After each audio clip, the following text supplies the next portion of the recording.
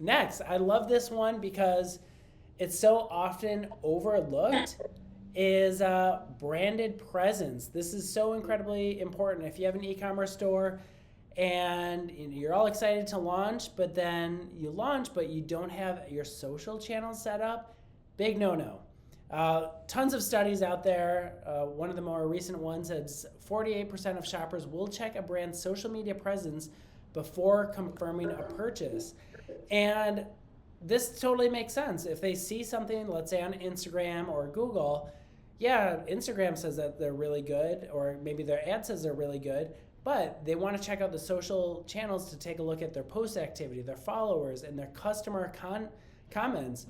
If there's a new e-commerce brand and they're promoting it and someone's like, okay, cool, let me check out their social, and they just have a Instagram account with one post or a couple posts and the comments aren't really that positive or the activity is really low, that trust factor just plummeted down the big time. So, organic social is a very interesting aspect of marketing. The return on investment is very hard to quantify, but honestly, this day and age, it's really the cost of doing business. You have to be present social, just because people will now go to your social in almost in lieu of or in addition to looking at your website, just to make sure of like, okay, love this t-shirt, but I just want to make sure that this is a real company, and that's just how people interact with that. And Cece, I'm sure you see this all the time.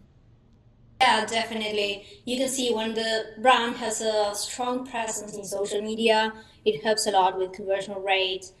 You also see social organic traffic coming. Definitely.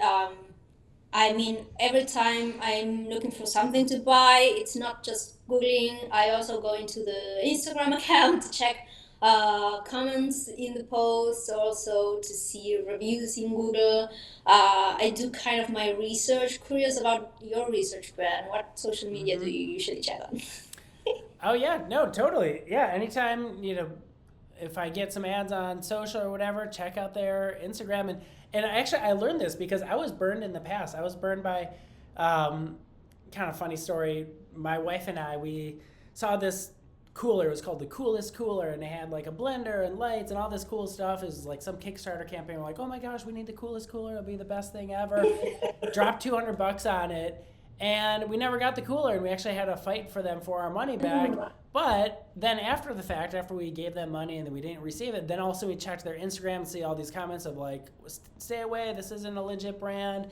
We did eventually get our money back. We didn't get the coolest cooler. It's definitely not the coolest cooler, but I learned from that experience. And now if there's any new brand out there, or even a new product of an existing brand I know, I'm going to be checking out their socials just to make sure, like, due diligence, okay, yep, it is what I was hoping it would be. So make sure you have your social channels. Where should you be on social? Wherever you think your audience is. You don't have to be on every social channels, otherwise you'll drive yourself crazy.